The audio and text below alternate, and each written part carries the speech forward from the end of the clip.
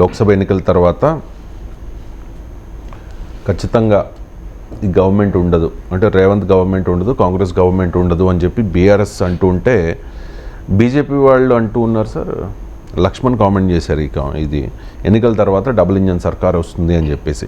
And ఇంకో comment, ఎవరు ఏక్నాథ్ షిండేనో త్వరలోనే తెలుస్తుంది అని చెప్పేసి. అంటే రేవంత్ షిండేగా మారబోతూ ఉన్నారు, ఒక వర్గాన్ని తీసుకెళ్ళి భారతీయ జనతా పార్టీలో కలపబోతూ ఉన్నారు, తద్వారా ఇక్కడ భారతీయ జనతా పార్టీ అధికారంలోకి రాబోతోంది అనే సిగ్నల్స్ ఇస్తూ ఉన్నారు లక్ష్మణ్. అంటే అలాగే ఇస్తున్నాడని నేను చెప్పలేము. ఆయన రేవంత్ రెడ్డి ఏక్నాథ్ షిండే అని చెప్పలేదు కదా, ఇంటర్ప్రిటేషన్ తప్ప. ఎవరో ఏక్నాథ్ షిండే తెలుస్తాడో అని అన్నారు. అది బీఆర్ఎస్ నేతల ఆర్గ్యుమెంట్. అంటే రేవంత్ రెడ్డి కేటీఆర్ అన్నమాట. సో కేటీఆర్ అన్నాడు తప్ప లక్ష్మణ్ అలే అన్నమాట. అయితే ఇక్కడ లక్ష్మణ్ చెప్పడం ఏంటంటే ఏక్నాథ్ షిండే అంటాడో పనికి మాలోడు అని లక్ష్మణుడు ఒప్పుకుంటున్నాడు.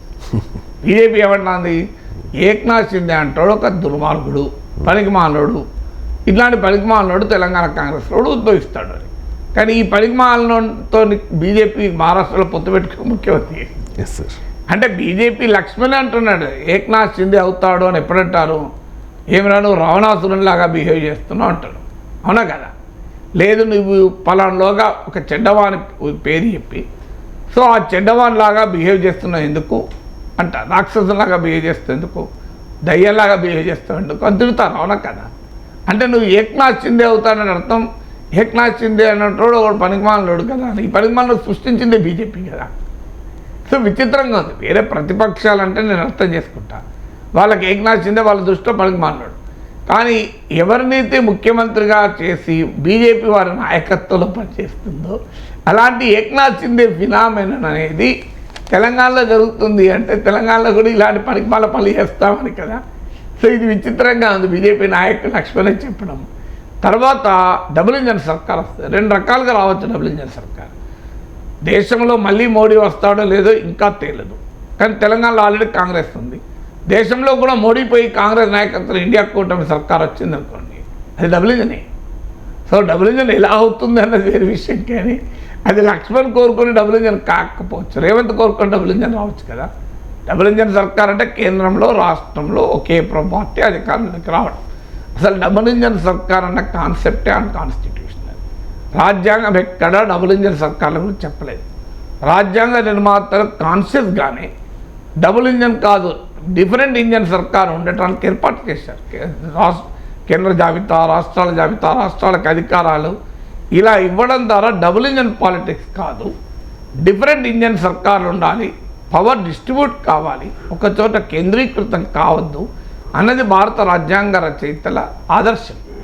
ఆ రాజ్యాంగ రచయితల ఆదర్శానికి భిన్నంగా ఈ డబుల్ ఇంజన్ ఫిలాసఫీ చెప్తున్నారు. అందువల్ల డబుల్ ఇంజన్ ఫిలాసఫీ అన్కాన్స్టిట్యూషనల్, అది రాజ్యాంగ వ్యతిరేకం.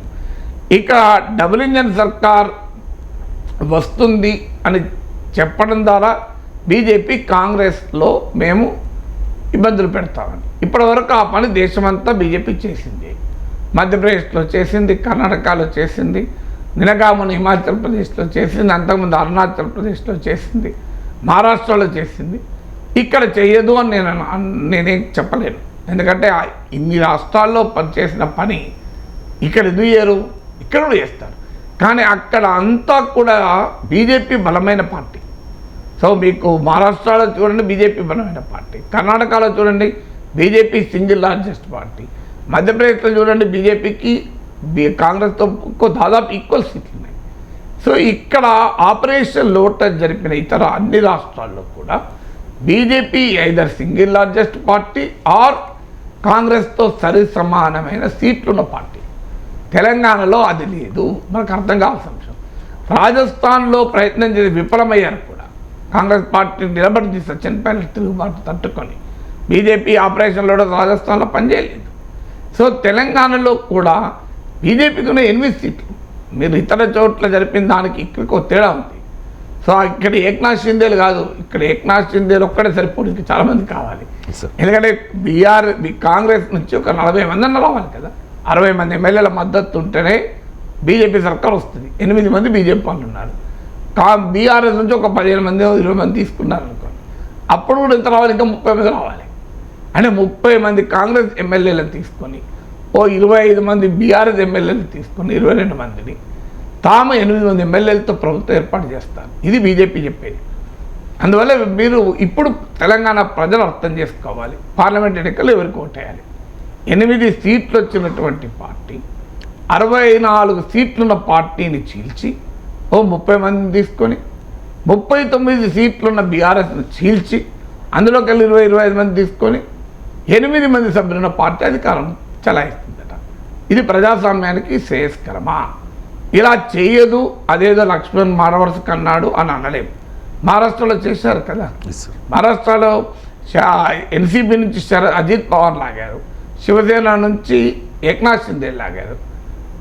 అయినా బీజేపీకి అక్కడ కన్సిడరబుల్ సీట్స్ ఉన్నాయి, సింగిల్ లార్జెస్ట్ పార్టీ బీజేపీ. కానీ అక్కడ ఈ రెండు చేసింది, ఇక్కడ కూడా ఇదే చేస్తామంటున్నారు.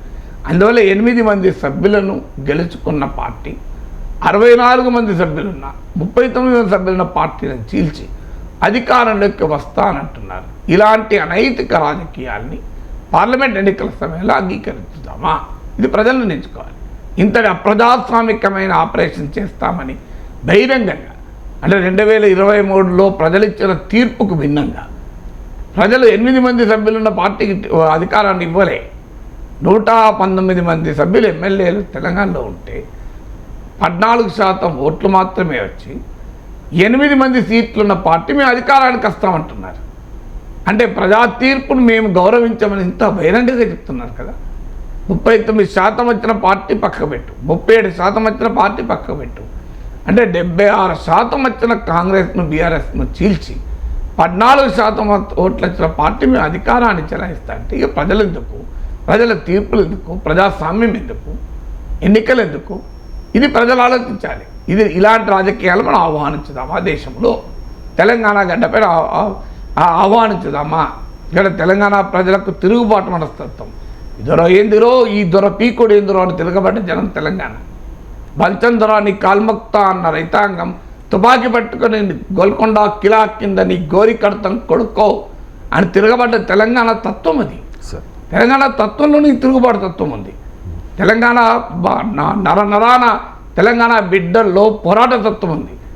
అలాంటి తెలంగాణ గడ్డ పైన మేము 39%, 37% ఓట్లు వచ్చిన పార్టీలను 76% ప్రజలు ఇచ్చిన తీర్పును మేము పేల్చిపడేస్తాం, చీల్చిపడేస్తాం. మా 65 మంది కాంగ్రెస్కు ఉన్నారు, సిపిఐ మద్దతు 39 మంది బీఆర్ఎస్కు ఉన్నారు. 104 సభ్యులున్న పార్టీలని మేము చీలుస్తాం, మాకు 8 మంది ఉన్నా మేమే అధికారంలోకి వస్తాం. ఇది మా అహంకారం అండి. రాజకీయ అహంకారాన్ని, తిరుగుబాటు తత్వాన్ని నరనరానా పెట్టుకున్న తెలంగాణ బిడ్డలు అంగీకరిస్తారా? ఇది ఆలోచించండి ఎక్కడైనా. అందువల్ల బలమైన రాచరికాన్ని తోసే ఇది కదా. అందువల్ల తెలంగాణ సమాజ ధోరణికి ఇది విరుద్ధమైన పని కదా. భారతదేశ ప్రజాస్వామ్యాన్ని కోరుకునే ఎవరైనా దీన్ని అంగీకరించుతామా? గతంలో కాంగ్రెస్ ప్రభుత్వాలు కేంద్రంలో ఉండి ఇలా పనిచేసినప్పుడు తిరగబడే జనంగా మనం అందరము. సో అది ఇవాళ మళ్ళీ దాన్ని అంగీకరించుదామా? ఇది ఆలోచించాలి. ఈ డబుల్ ఇంజన్ సర్కార్ అంట్లో వెనకాలన్న పొలిటికల్ ఫిలాసఫీ ఏంటో తెలుసుకోవాలి.